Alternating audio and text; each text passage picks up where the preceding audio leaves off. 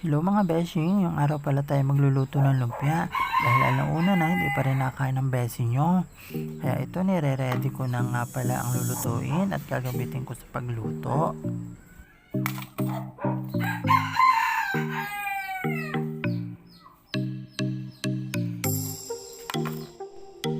Itong lumpiang ito pala is made of ubod.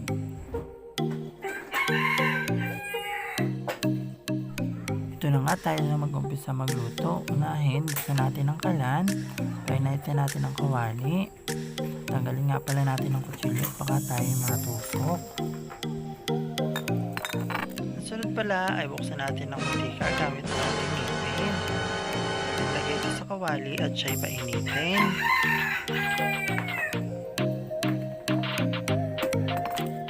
Sunod, hinaan natin ang apoy para hindi masunog ang ating lulutuin. Hintayin na lang natin ng minute ang mantika at saka natin ilalagay ang ubod na lumpia.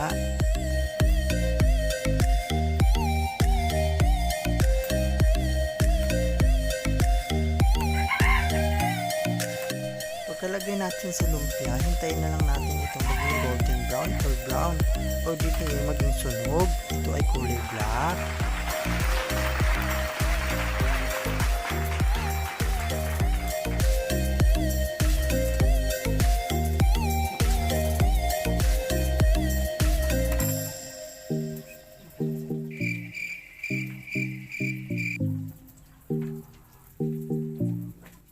At dito nga pala iniready ko na ang kanin ko at dahil gutom na ang besin nyo.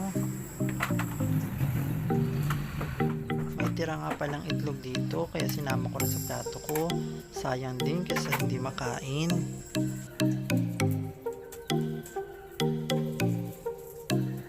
Ito na nga, luto na ang lumpia. Pwede na nga pala itong hanguin.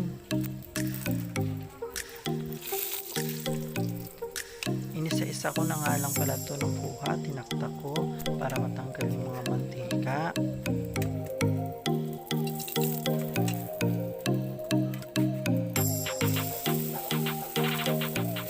Ito na nga pala yung ating lumpia, pwede na siyang kainin.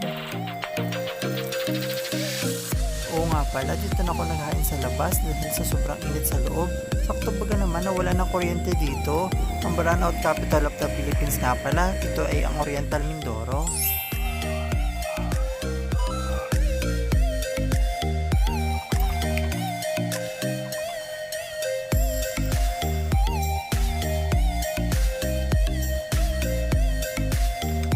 Ito nga, sarap na ako sa pagkain. Wala na nga pala akong pakili sa mga tao dyan. Gusto makakain. Kahit mainit, lalamig din naman ito sa tingan.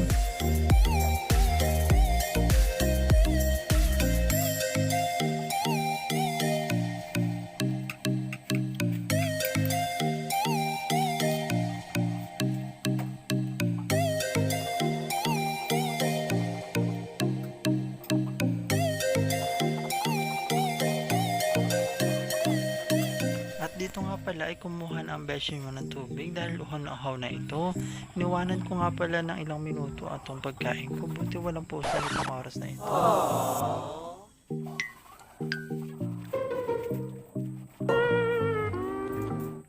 Ito nga't nagpatuloy na ang beshi mo sa pagkain. Tara na't samahan ako sa pagkain. Marami-rami dito lumpiang to.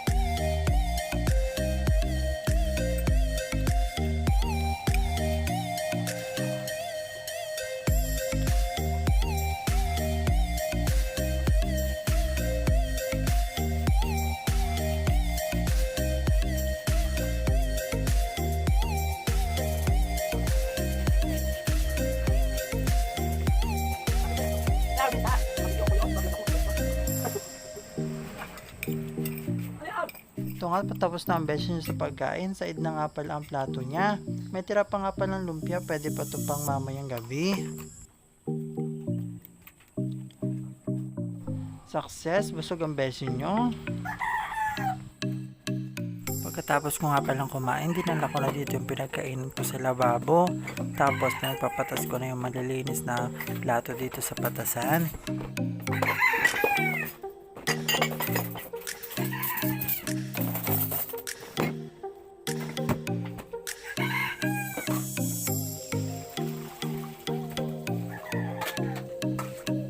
Sino din pala sa inyo yung ganito, yung pinapatas muna yung mga plato at pinipispisan para madaling matapos at saka para maluang yung mismong paglalagyan ng pinagsabunan ng plato.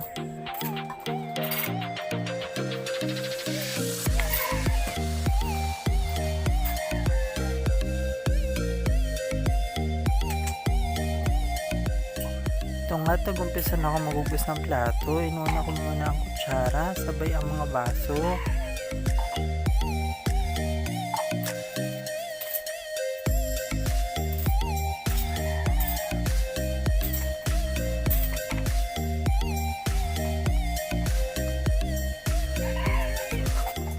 Tsaka pala ang mga hawong.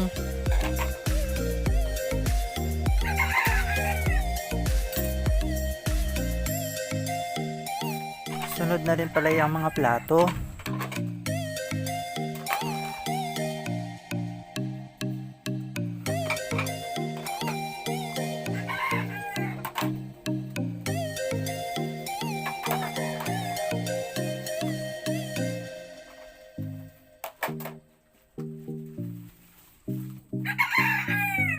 Pagkatapos nga pala itong sabunan, ay babanawan ko na rin ito sunod.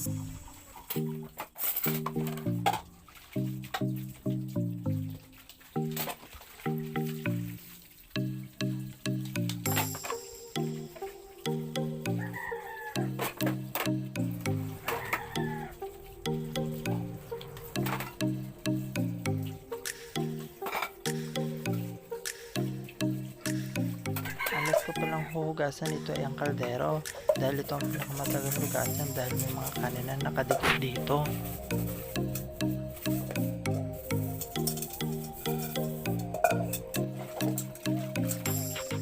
Tapos nga pala sa kaldera, nilaban ko na yung basahan. Ito nga pala yung basahan para sa lababo.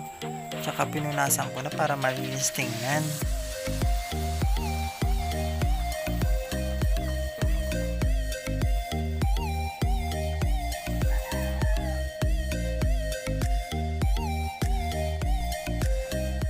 Naalala nga palang beses nyo dito na may kinuha silang tayo ng isang araw.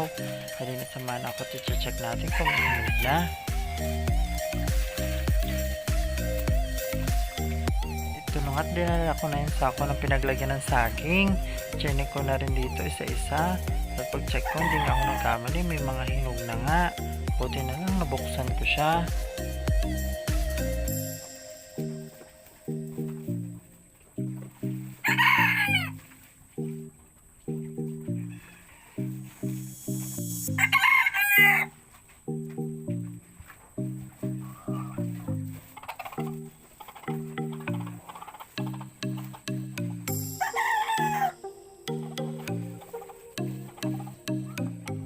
Marami-rami dito ang nakuha kong saging na hinog. Tingnan nyo, ito ang ganda.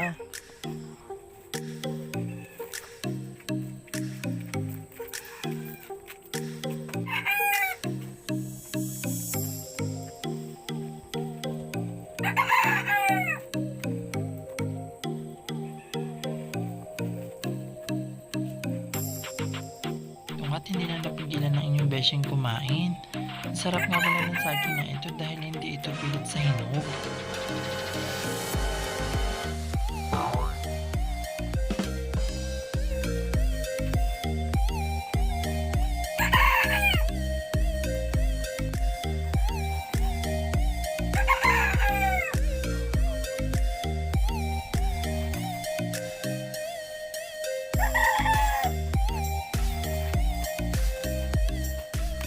Pagkatapos ko nga palang kuhanin yung mga hinog, babalik ko sa sako yung mga hilaw para ito naman ang huminog.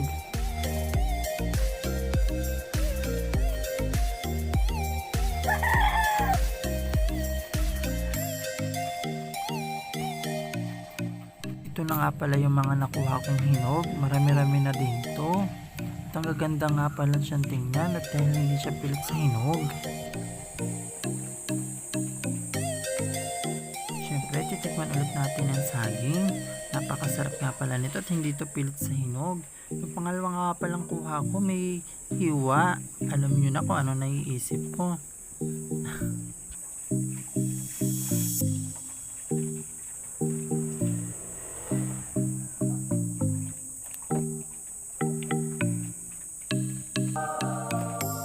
Nakadami din pala ako dyan sa sobrang sarap. Okay, dito pala tatapos ang ating vlog. See you on the next video. Bye bye!